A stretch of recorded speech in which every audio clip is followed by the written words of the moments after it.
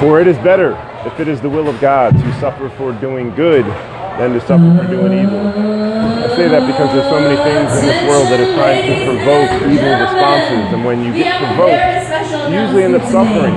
Either you respond to somebody who's trying to bait you, or who does something to wrong you, and then you respond in kind, and then if somebody's been painting a negative image of you, you end up playing into that. You play right into their hands. There's been a lot of provocative events and agendas being pushed in society today, and they're aimed at bringing the worst out of believers, out of everybody, but out of believers especially, because as they demonize the Word of God and things that are supposed to be loving because they have an eternal perspective, they're creating hate towards those people. So I talked yesterday about the guy who was arrested for praying for his aborted son outside of a clinic in the UK, and they arrested him. It was a thought crime.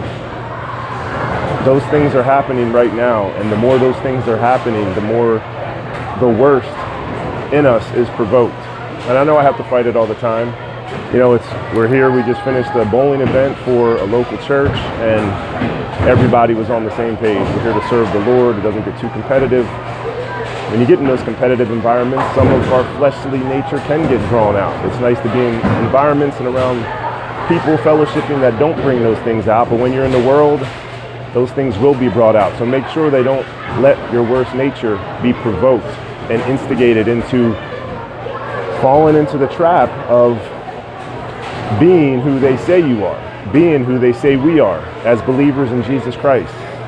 We're to be the salt and the light, being willing to pour out ourselves and love those in spite of their provocation and their instigation into bringing out our worst nature. We all have it.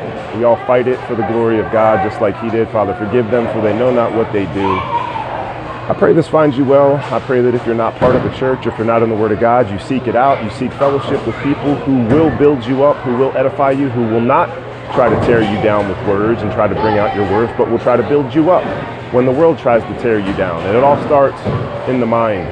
Keep your mind on Christ so it's constantly renewed in his word and not in the word of this world, which is a do as thou wilt mentality, which only is focused on the self and not being selfless and focusing on everybody else. So I pray this finds you well. God bless. We'll see you tomorrow.